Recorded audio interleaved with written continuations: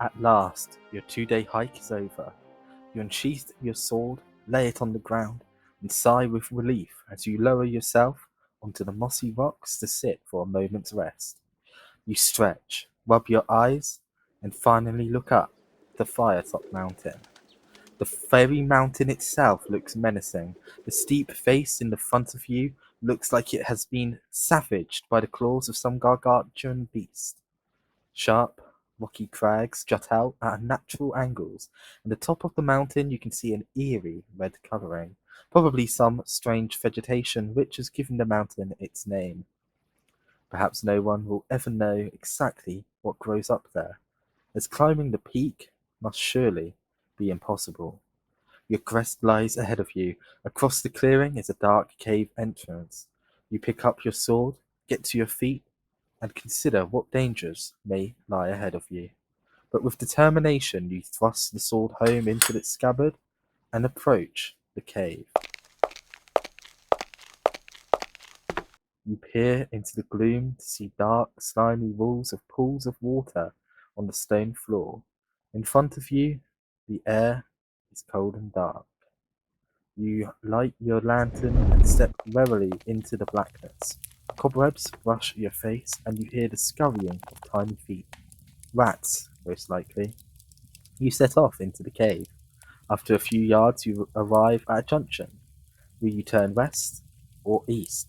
So this is our first choice of the game, and this is how the game book works. We arrive somewhere, and we make choices, and the villagers said we should keep a map, so that's what we will do. We have our entrance, and we're going to go west. Turn to page 71. So after we make a choice, we go to the page determined, and it tells us what happens. There is a right-hand turn to the north in the passage. Cautiously, you approach to a sentry post in the corner, and as you look in, you can see a strange goblin-like creature in leather armor asleep at his post. You try to tiptoe past him. Test your luck. Okay, if you're lucky, he does not wake up and remains snoring loudly. Turn to 301. If you are unlucky, you step with a crunch on some loose ground. His eyes flicker open. Okay, so we roll 2 dice and get lower or equal to our luck. We're fine. Our luck is 11, so we have to roll a 12 to fail this. Okay, so we need to roll 11 or under, and we got 4, so we are absolutely fine. We sneak right past the goblin creature, and we turn to page 301.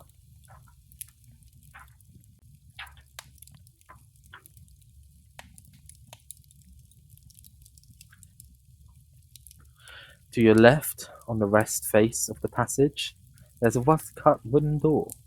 You listen at the door and you can hear a rasping sound, which may be some sort of creature snoring. Do you want to open the door?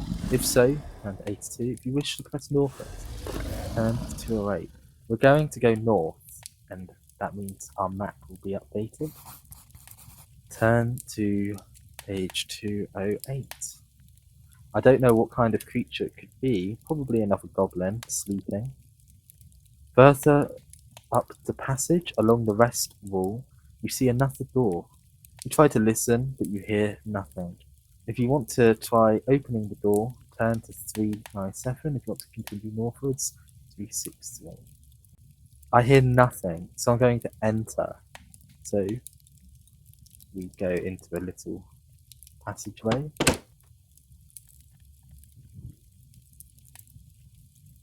397. It's near the end of the book.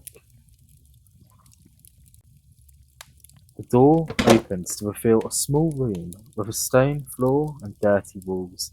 There is a stale smell in the air.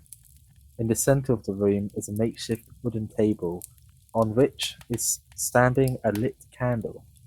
Under the table is a small box. In the far corner of the room is a straw mattress. You may either open the box or leave the room. I will open the box. There's no one here, I don't hear anything. I've got a good feeling about this.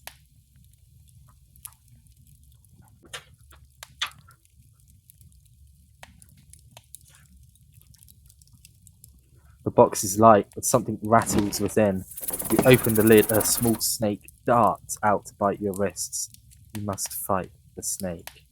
So, our first fight of the game is against a small opponent, and I think we'll be fine. So, what we do is to fight a battle, we look at the enemy skill, which is 5, and we roll 2 dice, and that is their attack value. They got 6 plus 5, so they have 11. Then we look at our skill, which is 12, and we do the same thing. We can't fail. This snake is too weak. Every time you win a round of battle, the enemy takes 2 damage to their stamina. Once they hit 0, you win. The snake only has 2, so we kill the snake. Page 145. Now, why would someone put that snake in a box unless it's a prank? Maybe the goblins like to prank each other. And maybe they know that adventurers like me cannot help themselves. The box has fallen to the ground during your fight, and the snake during your fight with the snake, and out of it has fallen a bronze-coloured key with the number 99 carved into it. You may take this key with you, note it on your equipment, and leave the room. Add 1 luck point. I cannot go above my initial value, so I won't be adding that. So I got a key with the number 99. And all that could be is that to the chest, the warlock's treasure. Turn to page 363.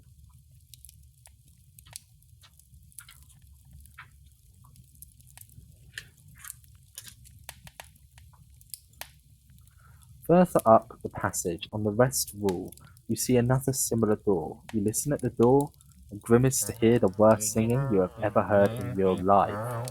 Do you wish to go to the room and investigate the hideous din? You walk on the passageway. I'm just going to mark on our map that we came out of the room and northwards and then found another door to the left. And we're going to go in. I wonder what could be singing. It could be goblins having a shower. It could be some sort of twisted maiden. There's no way to know until we enter. See, this is what's so exciting about these books. Page 370. That's just a page over. You never know what's in a room until you've already been. And that's really fun. It's like a video game before video games. The door opens to reveal a small room. The room is dirty and unkempt. A straw mattress lies in one corner. In the centre of the room is a wooden table upon which a candle burns, lighting the room with its flickering flame. A small box rests under the table. Seated with the table, around the table, are 2 small creatures with warty skin, dressed in leather armour. They are drinking some sort of grog, and by the way they stagger to their feet upon your arrival, you assume they are very drunk. You may either draw your sword and leap forward at them, or slam the door quickly and run up the passage. I think we should fight them, right? They're drunk and I'm not, so I'm going to have a really big advantage. My character is very strong. But when I think about it, they are just, singing, having fun, drinking. They aren't here to hurt anyone when you think about it. We're going into their home, where they protect whatever. We shouldn't really be there. If I had to fight them, I would, but given the choice, I'll just let them get drunk and have fun, Have some goblin fun. So we're going to turn to page 42.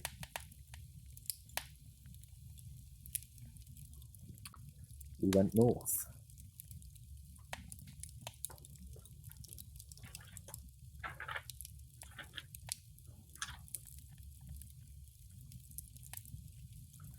You eventually arrive at the end of the passage. At the end is a 3-way junction. You may either turn west or east.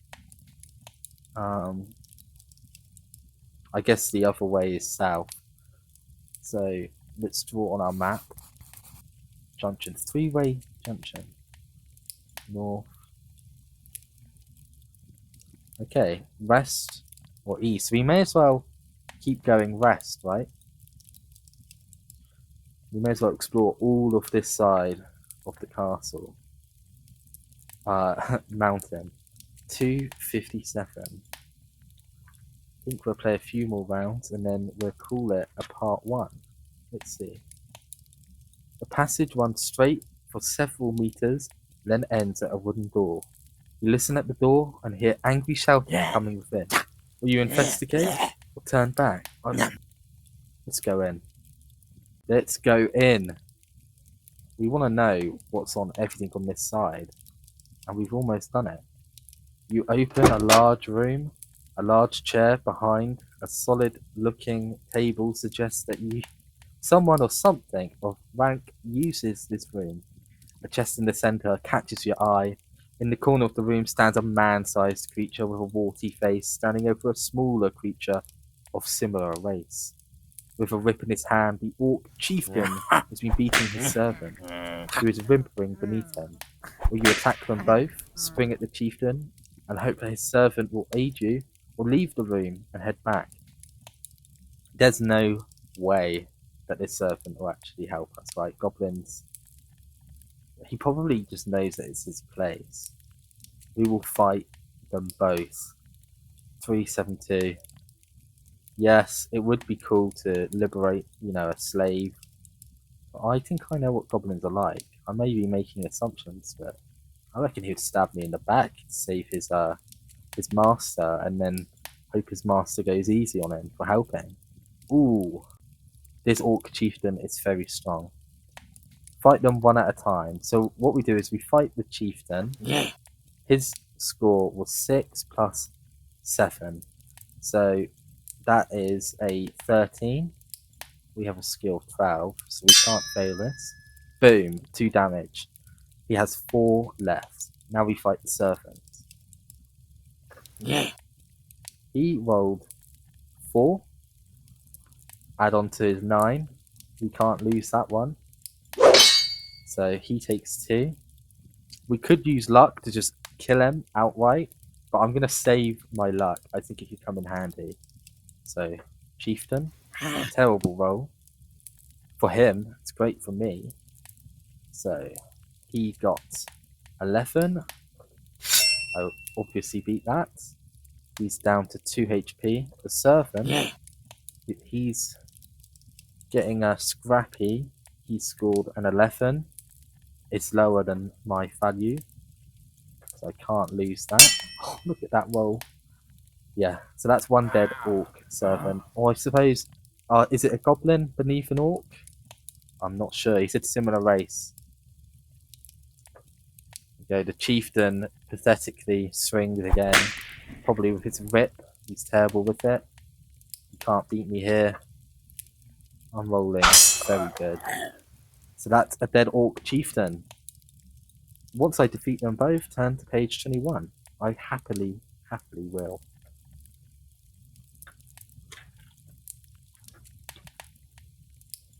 And don't worry, everyone. The engagements will get much tougher. This is early game. The creatures get more twisted and powerful the deeper you get.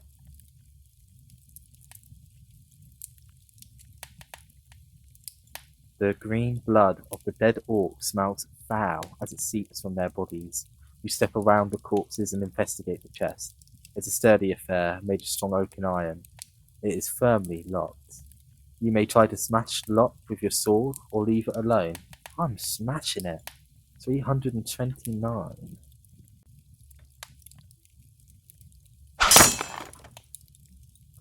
The lock was obviously inadequate. It flies off and lands on the heavy floor several meters away.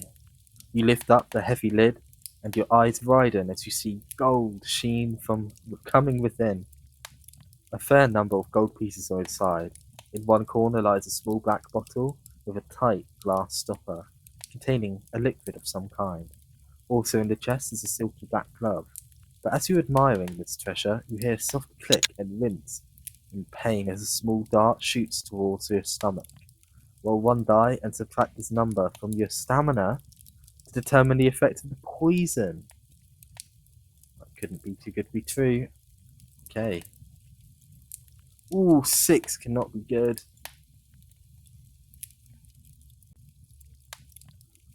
So, roll 1 die and subtract this number of points from your stamina. That is awful. That's as bad as it could get, surely. I mean, it actually is. We're down to 14. A cowardly goblin or savage orc could lower us as much as that. A sneaky dart had to do it. Okay, so if we're alive, turn to page 201.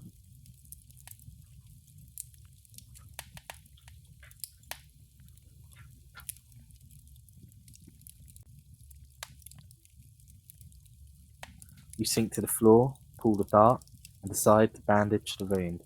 This gives you some relief, but you still feel weak. You decide to take it easy and determine the contents of the chest. But if you wish, you may eat some provisions here. There are 25 gold pieces, and the label of the bottle shows it to be a potion of invisibility, good for 1 day. The glove is a mystery. You may put any or all of these into your haversack and leave the room. I will take all the gold. Look at this loot, epic loot. 25 gold. Potion of invisibility. Writing this stuff down. And gloves. Glove. And we're going to eat a provision, so we're -1 from that. It just makes sense. That'll give us 4 stamina back. So we go from 14 to 18. Way better. Okay guys, we're going to end the episode here. I hope you've enjoyed. And join me next time when we go deeper into the Warlock's Firetop Mountain.